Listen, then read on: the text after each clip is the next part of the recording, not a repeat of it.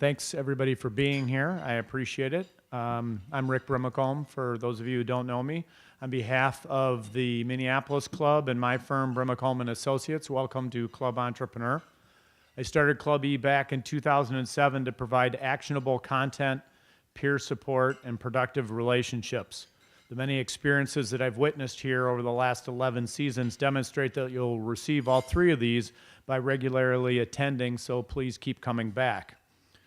Regarding today's topic on utilizing Amazon to grow sales, a couple of interesting facts as I looked back to what was going on in the internet in 2007, given that that was when I had started Club E. So according to a Pew Research study, back then 75% of the people didn't like sending personal or credit card information over the web. Now today there's other issues, but back then it was literally like, we're not going to do this. In fact, only 50% of the people had bought something online in 2007. 50%. Who bought something just this morning? All right. Okay, and then another interesting thing was 15% of adults were looking for product information in any given day. Again, how many people looked for product information just this morning? Like practically the whole room. So obviously the world has changed. E-commerce back then totaled 175 billion, which kind of sounds like a lot, but the number today is 1.9 trillion.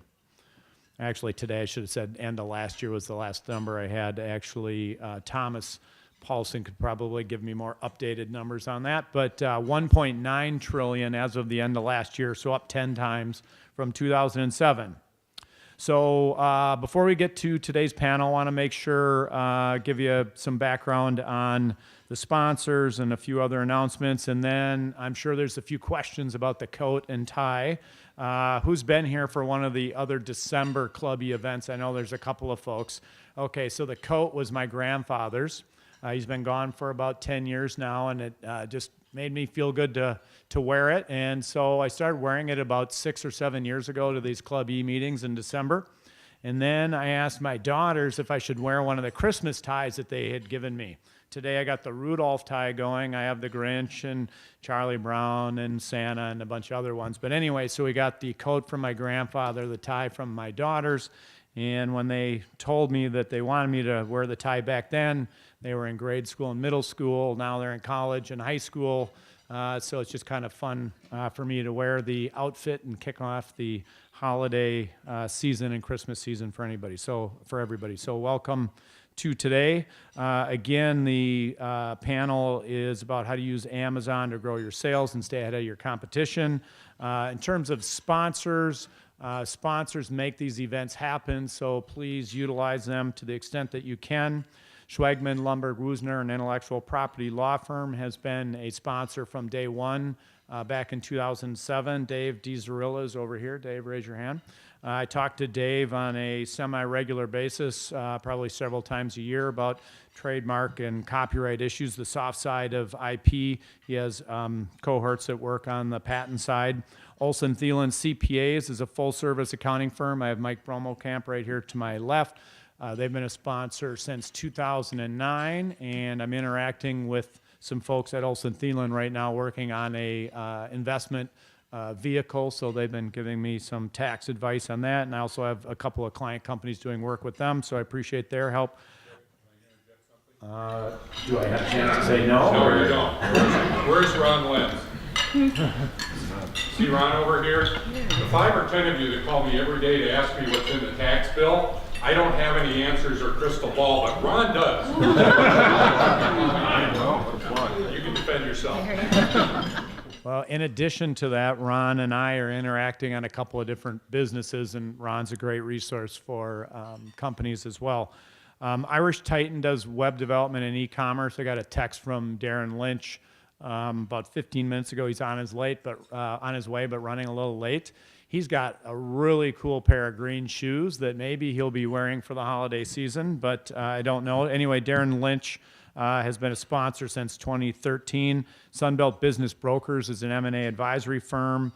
and they started being a sponsor in 2016. I was actually in the offices of Highland Bank, and I have a couple of folks from Highland Bank here. I have Melissa Johnston up here, and Troy Rosenbrook. Where's Troy? Way in the back.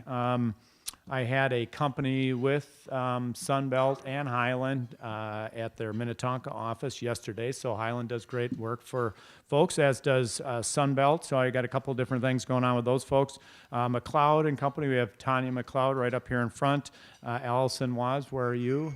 Allison in the way back, and I think that's Sam Stender in the way back as well. They help do some of the marketing for me, for companies I'm involved in, for Club Entrepreneur, and I greatly appreciate their help.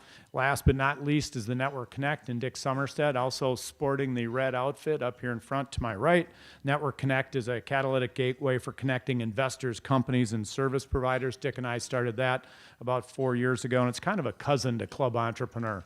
Serves the emerging growth company in a little different ways, but we have a couple of different kinds of events, and I'm sure Dick would love to tell you about those if you have an interest. And likewise, we're kicking off a video library in early 2018 with, I think we'll be pushing 200 into the middle part of 2018 in terms of educational videos for folks trying to grow their businesses. So see Dick if you'd like to learn more about that.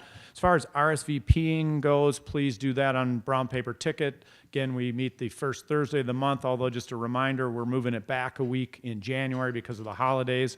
Club Entrepreneur, you connect via the website, clube.com. There's videos, events, business directory, LinkedIn group. There are about 2,500 people there. Great way to stay connected with the folks of this community. So again, LinkedIn, that's Club Entrepreneur-Minneapolis.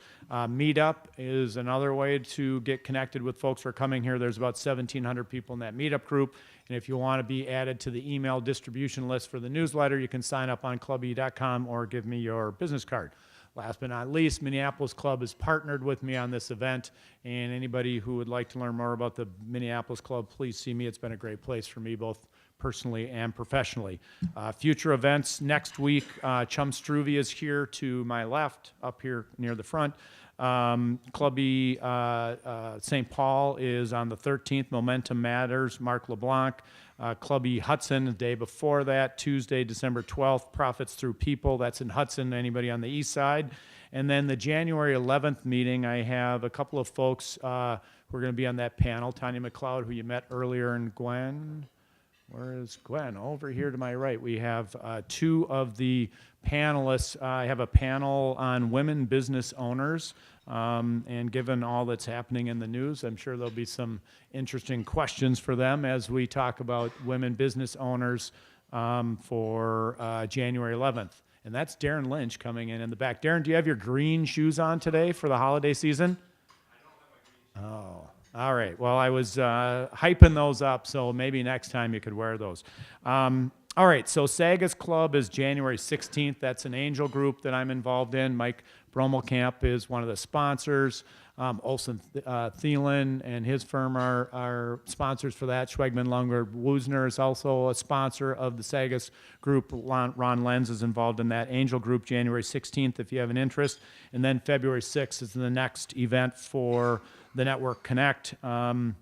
And now we have a panel of investors talking about what they look for in companies on February 6th. So see me for any of those events. You got Dick Summerstead over there also to help with the Network Connect stuff. All right, today's speaker, Will Tjernlund.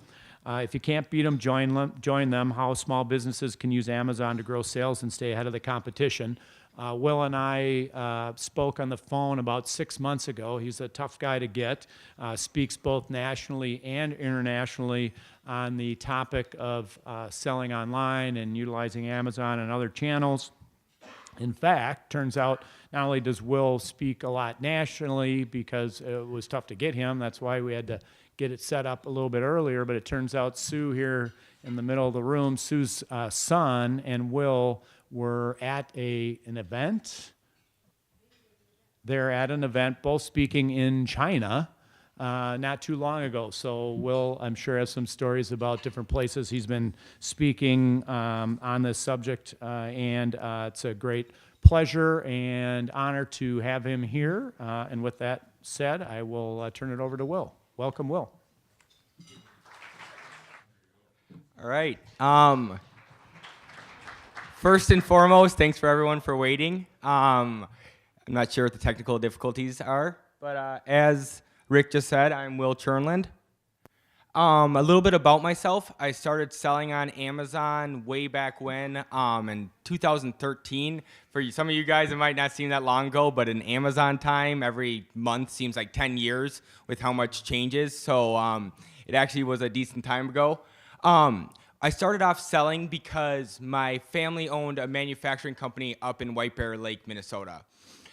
We had been selling kind of on the past, my brother and I, a little bit here, a little bit there, but with my family having a manufacturing company and obviously with China becoming more and more competitive, they had to kind of think of different revenue streams, and it was right place, right time. They had extra warehouse space. We had a bunch of different products we wanted to source. We had a bunch of different wholesale accounts we wanted to open to, a bunch of different products we wanted to private label from China, and so everything kind of matched up perfectly and grew very quickly from there. And so we got to about $7 million in sales in our first 16 months on Amazon.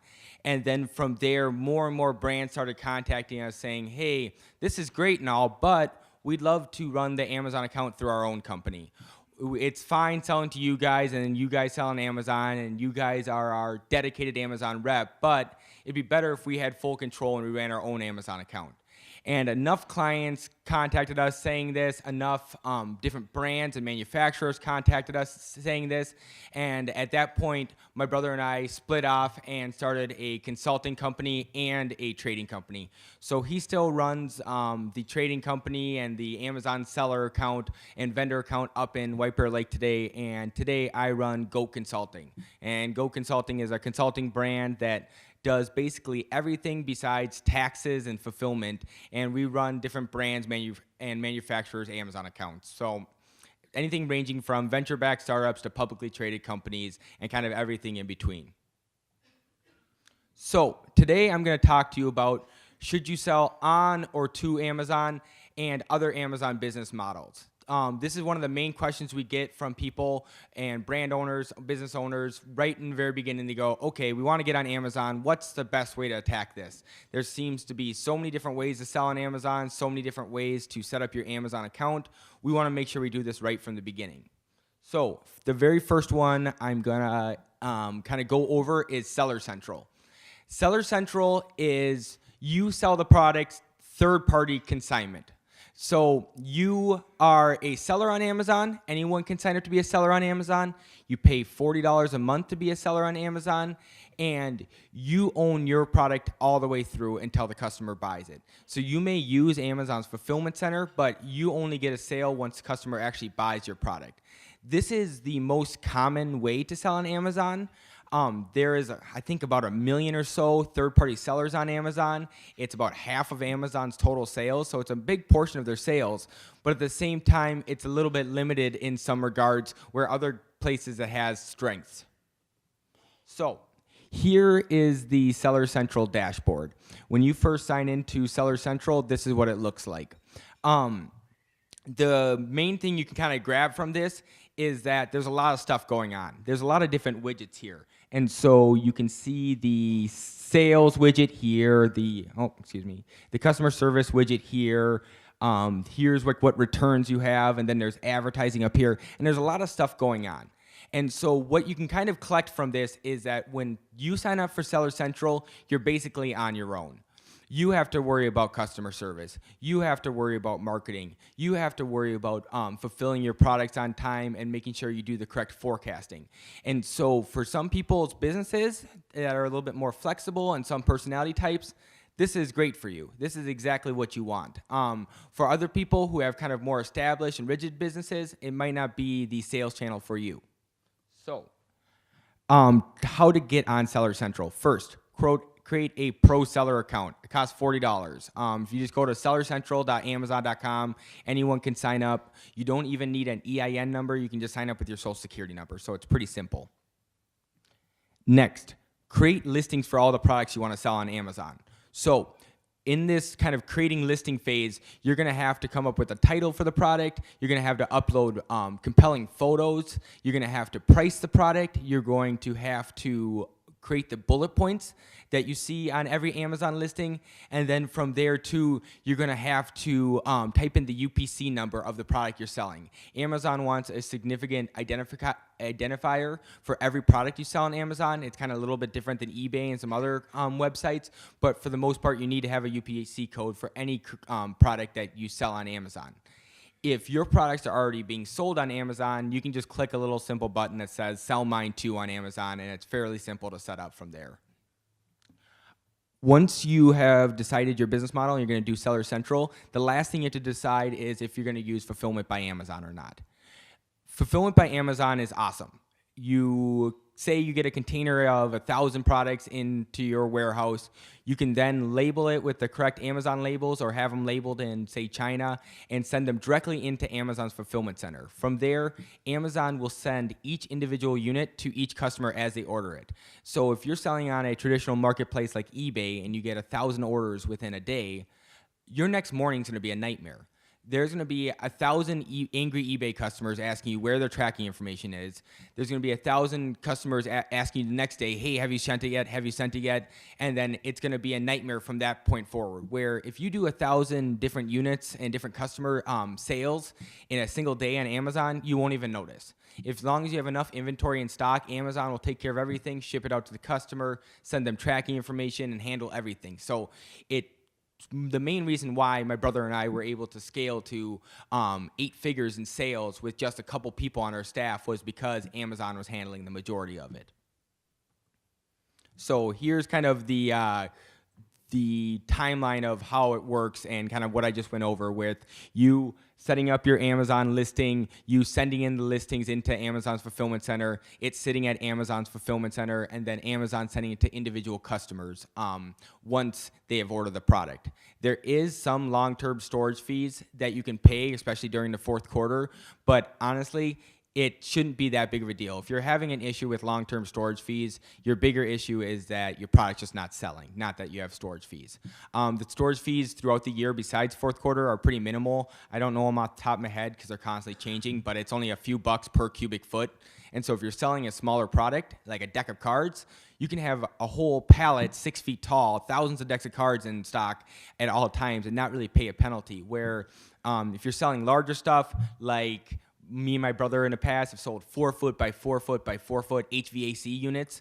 You have to be a little bit more delicate about how much inventory you send in and when, because you could accrue some pretty large storage fees that could basically wipe out your margin. So in Seller Central, the main reason why people choose it is because you can control the price point. A lot of people are concerned about their brand and how their products are being devalued online. It's a race to the bottom online. And so a lot of people like Seller Central because they can control the retail price. They can preserve their minimum advertised pricing, and that's not really an issue. Another thing that people really like about Seller Central is that they can control how much inventory they have in stock. And so depending on the different brick and mortar sales that are coming through, the sales that are coming through their website, all the other channels, they can prioritize a little bit better. Another thing you can do with Seller Central, kind of a side caveat, is that you can send your stuff from Amazon's fulfillment centers to your customers on different marketplaces. So if someone orders your product on eBay, you can send it from Amazon's fulfillment center to the customer. Same with if you sell something on your own website. You can have it sent from Amazon's fulfillment center. So we just acquired a brand called Bad Boy MMA, badboy.com, and we have set up the whole entire company, even though they have wholesale accounts internationally, they have a bunch of brick and mortar sales. We sent every single thing into Amazon's fulfillment center and are just using Amazon as our 3PL. They are cheaper than most 3PLs, they're more trustworthy than it, and then it's easier for us to not have to have too much extra warehouse space here in Minnesota, and for us not to have to manage inventory at multiple different locations. And so Amazon's fulfillment center, it can kind of do wonders for you if you set it up correctly. Lastly, back on the Seller Central, you get paid every 14 days in Seller Central. This is huge. They pay every 14 days, no questions asked. It's money in your bank. They deduct all of the fulfillment fees, and you can even have it deduct your marketing spend from the payment. And so every check you get from Amazon is just straight cash in your pocket, no questions asked. You have no more fees to pay, no more expenses to pay. And so it's a pretty easy way to kind of do your general accounting because you can see exactly what money goes in and what money goes out. Some other things that make Seller Central different, it says shipped and sold by the seller's name, not shipped and sold by Amazon. It's a little thing that you might not notice. You are 100% control of your marketing. On the vendor side, what I'm going to get to next, they help you with marketing a little bit, but on the seller side, it's all up to you to do off Amazon marketing, Facebook ads, Instagram ads. It's up to you to do Amazon sponsored product campaigns. All the marketing is up to you. Amazon kind of leaves you alone. You also are in charge of managing your seller rating. If all your products are in stock at Amazon's fulfillment center and they're fulfilled by Amazon and shipped out by Amazon, your seller rating is basically 100% and perfect because there's nothing you can go do incorrectly as a seller. If they review the product on your seller account, that's a product review, not a seller review, and you get it taken down. So if you sell iPhones and someone says, my iPhone broke day one, that's not the seller's fault, that's Apple's fault. And so those reviews get taken down. And also any shipping mistakes, anything that's shipped not on time is also Amazon's fault. So the seller review is something that it's important, but at the same time, it's pretty easy to maintain as long as you use Fulfillment by Amazon to its fullest. Also, Seller Central, you can edit anything at any time. It's really easy. You can edit your title at any time. You can edit your bullet points, edit your description of your product, the sizes, the pictures, anything at any time. And so if you're really hands-on, you're constantly testing things, A/B testing, what pictures work the best, Seller Central is more for you because you can constantly edit things and see the changes show up on Amazon's website 15 minutes later. And lastly, there's a lot more third-party softwares for Seller Central. There's a software for everything on the Amazon side. There's a lot of people have read the book 4-Hour Workweek and decided that they don't feel like working anymore. They'd rather go live on a beach in Thailand and sell a few $1,000s a month on Amazon. That's a lot of the sellers that I see out there. And so there's a lot of different softwares out there to help automate and make sure that basically your whole entire Amazon business runs itself. And these different softwares that are out there, there's hundreds of them. They're all range from like $20 to $30 a month. And so they're super reasonable. Everyone kind of has their little hodgepodge of 5 different softwares that they use for inventory management, plus advertising management, plus refunds, plus customer service. And they kind of meld them all together using Amazon's API to make sure that their business runs themselves. So on to vendor side. That's the seller side. Anyone can sign up for seller. You guys could sign up while I'm talking right now. It would take you 2 seconds. The vendor side's a little different. The vendor side is invite only. From my vendor managers told me personally that they want you to be on a path to at least $10 million a year revenue on Amazon for you to get invited to the vendor side. So the majority of our clients that we consult with are on the vendor side. My brother mostly sells on vendor now, and we just acquired this brand and opened up a vendor account for them since we have the connections we can get on the vendor side pretty quickly. And the vendor side is basically night and day from the seller side. So if you remember, this is what the dashboard looked like on the seller side. There's a lot of different widgets to choose from, a lot of analytics, a lot of numbers. It can be kind of overwhelming and confusing at first. Here is what it looks like on the vendor side. There's a lot less stuff to choose from. Amazon handles basically everything. And on the vendor side, instead of you sending your products into Amazon's fulfillment center, Amazon customer purchasing the product, Amazon sending it on to them, Amazon handles all that, and they just place weekly purchase orders with your company on what they see fit. And every once in a while, they'll do a bulk buy, and they'll buy a large amount of your product at once and try to get a discount. But for the most part, they're just going to place a purchase order once a week, and they like to have about 6 weeks worth of inventory in stock at any moment. With the vendor side, it makes a lot more sense for some of our bigger companies that we're working with, where they get purchase orders every week from Home Depot, Target, Walmart already, that they can just quickly kind of throw Amazon into their pre-existing processes, and it's something that they can just turn on the next day. For other companies, vendor makes no sense at all because they want to order a container from China once a year, send it into Amazon's fulfillment center, and then sit on the beach in Thailand. So there's kind of 2 different ways to kind of approach your business and handle purchase orders. So how to get on Vendor Central if you're not just invited out of the blue. Sign up for Vendor Express. It has some of the bonuses of Vendor Central, but at the same time, everyone can sign up for it. And it's kind of Vendor Central light. So if you sign up for Vendor Express, you show some promise in your account, Amazon starts placing some purchase orders from your product, and you say, hey, Amazon, if you like where that came from, we got 1,000 more SKUs at bottom barrel prices. You guys would love them. You guys should give me a vendor account instead of a Vendor Express account, and then we could really do business. I've heard about 50% success rate with trying to sweet talk Amazon into giving you a Vendor Central account. But for the most part, at least if you're just doing Seller Central, at least sign up for a Vendor Express account because it gives you access to some more advertising tools that are not available to just a normal Seller Central account. Also, on the vendor side, since you're actually like a vendor with Amazon, you have to negotiate payment terms. There's some companies we work with that get a percentage of that they pay Amazon in fees, so they don't have to deal with returns ever. There's different ways where you can pay into a advertising co-op where you pay Amazon a percentage of your sales, but Amazon will use it to re-advertise your product throughout the internet. So if you guys have ever seen an Amazon ad on Facebook or any other website besides Amazon, then most likely they're a Vendor Central client, and Amazon's running those for them. And so there's kind of a lot of little things that Amazon will do for you, and you have to kind of negotiate with. Yeah. What was that called? The program? Yeah, would they actually automate the marketing on other? So they have, they have Amazon Marketing Group, AMG they call it, and that's kind of ridiculous. I think they charge something like $10,000 a month or something like that, where they run your advertising for you, and I would not suggest towards that because I just don't think that it's not in their best interest to do the best job possible as much because they don't work for the specific company. Where if you do the Amazon Marketing Services, they will use some of their co-op payment you pay to help kind of supplement the Amazon Marketing Services. And the Amazon Marketing Services you run yourself.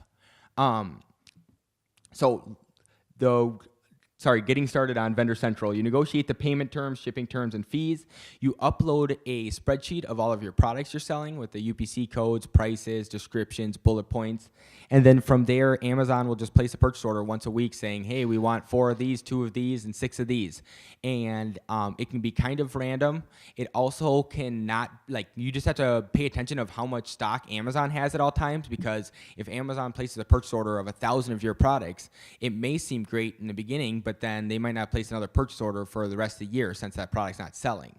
So it's kind of good to always measure and keep track of, okay, yeah, they're ordering, but how much are they selling too, to make sure that you're always kind of keeping on track and you're not falling off the rails because purchase orders keep coming through, but your sales don't. So what you control on, go ahead. So it'd be a big deal for a manufacturer to get invited on Amazon. Do they send you an email? Do they call you? Yes, they'll do both. Is this fake or? They'll do both, contacting you through phone or email saying, hey, we'd like to invite you to our Vendor Central program. Would you please be interested? And a lot of our consulting companies, that's when they first contact us, is when they first got that email from Amazon saying, hey, it seems like this is a little different than the normal emails we get about Amazon. We get invited to their vendor service. We need someone to explain to us what this is, what are the benefits, what are the pros, what are the cons, all that type of stuff.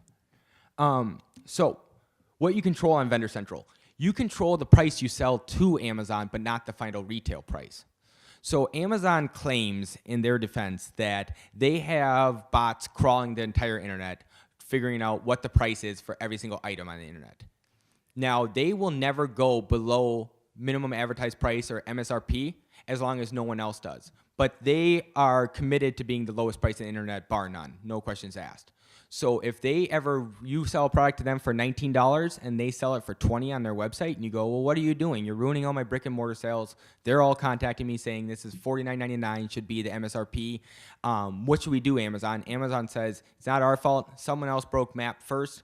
We are trying to make the most money possible, but if someone else has a lower price, we just have an automatic price changer. So if you're trying to preserve minimum advertised pricing, it can be very difficult on Vendor Central unless you know exactly who has your products and the whole entire supply chain. A company my brother sold in the past a lot of was on Vendor Central was a company called Honeywell. And it's like Honeywell is upset that their smoke detectors are being sold half off on Amazon. But at the same time, Honeywell has 150,000 distributors throughout the world. And so for them to track down where these smoke detectors are coming from, it's nearly impossible. And so you can see how these kind of messes happen real quick and how Amazon can be the enemy real quick, because basically people are selling their products for break-even prices. They don't know where it's coming from, and they're trying to solve the problem. Lastly, with Vendor Central, you get paid somewhere between 30 and 90 days. Some of our clients have negotiated 30 days. Majority of the people get it 60 days, and some people get it 90 days. For a lot of bigger companies and established brands, these kind of payment terms are average and normal, so it's not that big of a deal. But some people who started off in Seller Central with the 14-day payment terms, even some people with 7-day payment terms, this can be like a big kind of halt to your business and really stop you in your tracks, since the business is so inventory and cash based. If you don't get the payments on time, it can really stop you from scaling and growing. So some other things that Vendor Central makes it different. Your products say shipped and sold by Amazon instead of shipped and sold by the seller. If it says shipped and sold by Amazon, some people believe that your conversion rate will go up and you'll get more purchases because your products look that much more official. I'm not sure about that. Majority of people I talk to who aren't in the know think that Amazon's selling everything themselves in the first place and don't even realize third-party sellers exist. So I'm not sure how accurate that is. Also, you get invited to Amazon Marketing Services. This is a really big deal. There is like courses you can take online on Amazon Marketing Services that are like $5,000, $10,000 courses. If you can get good at Amazon Marketing Services, it's basically like getting good at like Google AdWords in like 2003. It's kind of like a license to print money. And so you can really do some really cool stuff with Amazon Marketing Services, since there's lots of keywords out there that like people aren't even bidding for yet. And lots of part numbers people aren't bidding for yet. So you set the kind of first bid at 2 cents, and you're selling an item that costs $100, and Amazon's average conversion rate's 20%. Right there, you're paying 10 cents per click. 10 cents per purchase. And you can really make some quick money, especially if you have a large catalog.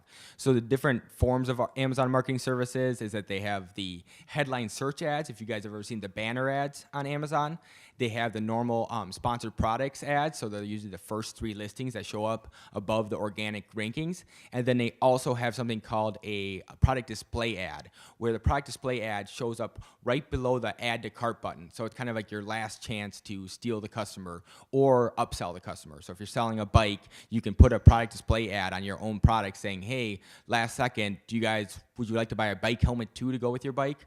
Or if you're on a competitor's listing, you can throw an ad on top of their listing where you show up right next to their buy now button saying, hey, are you sure you want that bike helmet? Are you sure you don't want the one that's 20% cheaper?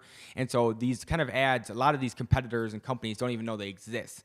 And so when you're not bidding against anyone and you can place them strategic places, it really can be a big money maker. Just to give you guys an idea, I think last year my brother spent around like $70,000 on advertising to do like $3.5 million in sales. And 2, when you can see a direct correlation of, okay, I spent exactly this much money on this SKU and this is how much money it made me, it really can be addicting. And so it's, for the time being, there's lots of ads and keywords out there that are still unexploited. So get in now, because eventually it's just going to be like AdWords, and just like every other market, once it becomes saturated, there's not going to be nearly as much money to be made. Lastly, your main job is to fulfill orders. You get orders in, you fulfill them. Amazon handles everything else, from customer service, shipping, to your marketing. So your main job is just fulfilling orders and uploading more and newer SKUs to Vendor Central so they keep placing orders. So there's not really too much you can do, which is good for some businesses who kind of just want to be hands-off. But other people who are like the CEO and owner of the company who want to be a lot more hands-on, the Seller Central makes a little bit more sense.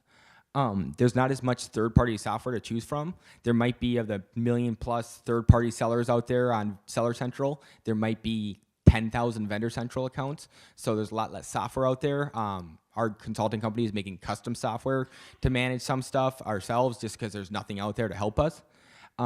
It works best for B2B companies and companies that are used to just the purchase orders. Like I said earlier, it kind of works right into their pre-existing systems. And lastly, but not least, again, I need to say this over and over again because it's a big deal for a lot of people. You cannot control the retail price.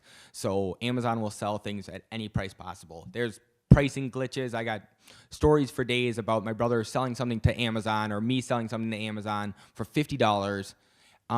Amazon selling it on their website for $15. And it makes no sense.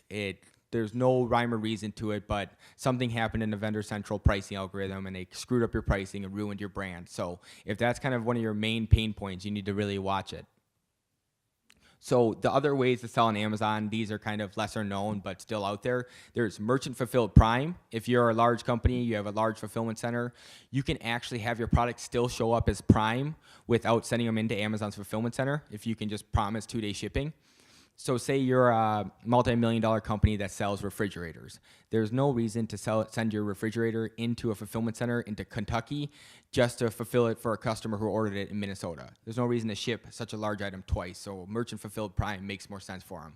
On the vendor and first-party side, if you want to do something like this, they call it dropship central. So your product says shipped and sold by Amazon, but it's actually neither. It's actually shipped from your warehouse and you ship it to the end customer. And so it's another thing where one of our customers sells large, like 6 foot by 6 foot by 6 foot products, and only 3 or 4 of them can fit in like a large shipping truck. And so it makes much more sense for them just to ship the product once instead of 3 times to the customer, sending it to the fulfillment center sending it to the customer, or sometimes a fulfillment center sending it to another fulfillment center to the customer. So the other Amazon business models, let's kind of cover them real quick. Online arbitrage, there's plenty of people out there who are just finding the price somewhere cheaper on Amazon than Amazon and just doing a quick arbitrage between the other e-commerce website and Amazon. There's retail arbitrage. There's a CNBC article about a local kid named Ryan who lives in Northeast. He does $1 million a year selling on Amazon, and he just buys products on clearance from Walmart and sells them on Amazon. So there's definitely a business model there. It's labor intensive, it's hard to scale, but if you can get a good team and you can get them to do it, it's totally a legitimate business model. Wholesaling, that's where my brother and I have made a majority of our kind of bread and butter, is contacting brands whose Amazon accounts are under optimized and saying, hey, we can do this better than you, we can make you money. It's better than you having to go hire your own Amazon expert and train them in. Wouldn't you rather just have someone just take care of it from the beginning? So that's a very viable business model.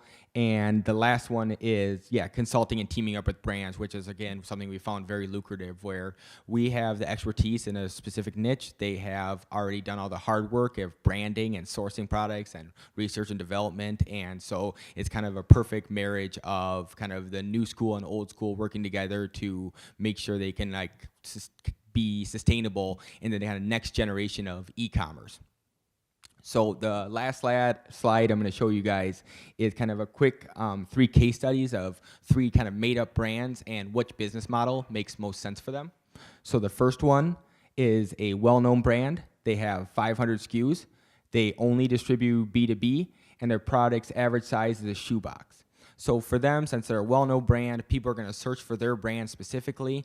They don't have to rank for general keywords like hairbrush. They can just rank for their brand name, and they're going to get plenty of sales. And they're established. Vendor Central makes the most sense for them. Since they already have B2B clients, it's easy enough for them to fulfill purchase orders, and from there, they can kind of just bolt it on to their pre-existing systems. Everything's very easy. For company B, they're a brand new brand. They have 3 SKUs. They have very small products, like size of a deck of cards, and they're only being sold on their website and Amazon.com. This would be perfect for Seller Central. They can control every little aspect. They can constantly test what photos work the best. They can maybe get invited to Amazon Launchpad, which is for brands who are just brand new and they want to use Amazon to kind of take them to the next level. And so this kind of this business model makes most sense for them. Is that what is considered the branding portion of it from Amazon? In other words, I'm trying to get categorized as a brand. So I'm going through all these hoops with them right now. I don't really know what. So you're doing the brand registry, correct? Right. Yeah. So there's 2 versions now. There's brand registry and then brand gating. So you do the brand registry first and foremost, and you have to give them your trademark number and all of that stuff, and you go through that process, and it just takes a while, especially this time of the year. I'm not getting any emails back from anyone at Amazon, just because it's a madhouse this time of year. But once you get through that process, then you can even get into the brand registry process. The next level would be brand gating, and then you can make it so like literally no one can sell your brand without your permission. And so this is stuff that like companies like Patagonia do, or like Coach purses and stuff like that. And so you can do it, and it's paperwork, and it takes some time, but it's not like it's going to cost like lawyer fees or anything like that. How is Amazon at distributing smartphone apps as compared to the Apple App Store or Google Play? So, like, do they have, like, you're talking about their operating system on their Kindle? No, just you go to the App Store on Apple for iPhone, and you can download apps. And some are free, some are you pay something. Does Amazon have any intentions, or do they do that today? They kind of do it today with their like different. I know they're coming out with a new phone again, which their last one was bad, I guess. But they're also coming. They have like the Fire tablets and stuff like that, and they have their own little store where you can buy apps and that type of stuff. But I know it's kind of a goofy thing with the Kindles. I think that they're really, really popular in like middle America, but I'm not sure how much they hit the coast as much if they kind of have more high tech stuff, because I know a bunch of people that I know have Kindles, but the majority of the people who have Kindles and the different like Kindle Fire X and those type of devices are usually just because they're not in the know and they just don't know the newest technology. If they had it, they would just get an iPad because the Kindle is a little clunky, but if you want a tablet that costs $50, you can't really beat the Amazon products. So if you're trying to sell apps to those customers, you just kind of think about the demographics a little bit more. I had one more slide, but anyways, the last company was, this company would be perfect for Seller Central, and the last company carries 1,000 different SKUs. Each SKU is made up of 20 master SKUs, so each SKU might have 5 colors and 4 sizes, and then they have large products as big as washing machines, expensive products, and they're usually made to order. This would be someone that would be perfect for just like merchant fulfilled Prime, and they just take the orders on Amazon and they fulfill the orders themselves, because obviously everything's made to order. They have too many SKUs. If you have 1,000 different SKUs and 20 of each, you have 20,000 different SKUs. Trying to have all of those in stock in Amazon's fulfillment center at any time would just tie up way too much cash. And so you'd have to do a different business model besides just the traditional Seller Central FBA. So probably merchant fulfilled Prime, Dropship Central, or Vendor Central will make much more sense in this business. That's it. If you guys have any questions, I can answer them right here. Plus, I have my email, website, all that kind of stuff if you guys have questions. Let's do a couple things here. It's about 1. We have the room as long as people want to stay. I assume you can stay for a little while. Let's do one question. I saw Mac Lewis's hand over here in the corner go up. So Mac, let's answer that question, and then after that, call it quits, but Will can stick around longer. Mac, what's your question? How about Amazon selling services as opposed to products? So that is a totally untapped market right now, and the prices are insane because no one has gone in and saturated the market yet. And so I think there's going to be a big need for Amazon services in the future. One of the companies we represent sold like chain link fence. And so they were kind of a perfect one where not only could they sell the services on top of that, but then they could team up with all of their local reps in all of their different counties and have them sign up for it too. So then when they say, hey, we're selling on the big bad Amazon, the reps don't feel like they're losing out on sales and business because Amazon's sending them business too. And so it really works in some of these old school and like kind of niches where they have a lot of contractors and a lot of handymen and people like that kind of on the ground actually doing the physical services. But even recently I saw like you could buy an Xbox One for $300 and then you could pay $75 to have it installed for you. It's 2 cords. You plug it in, you plug the HDMI into the back of the TV, and they're charging $75 for it. So you can just see that obviously the market's not saturated yet. Someone hasn't come in there and offered $74 yet, but eventually that will happen. Follow up to that. So that's a service associated with a product sale.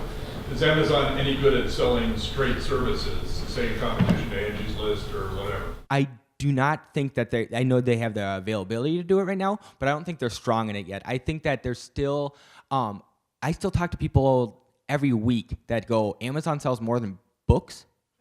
And so to get people in the kind of the mind frame of when they're looking for services to search Amazon first and kind of get that into the culture, I think it's going to take a bit or a big marketing push. Okay, why don't we call it quits here. You can stick around. Reminder, the January meeting is a week back, so it's January 11th. Chum Struve running our St. Paul meeting on Wednesday of next week. With that, thank you very much.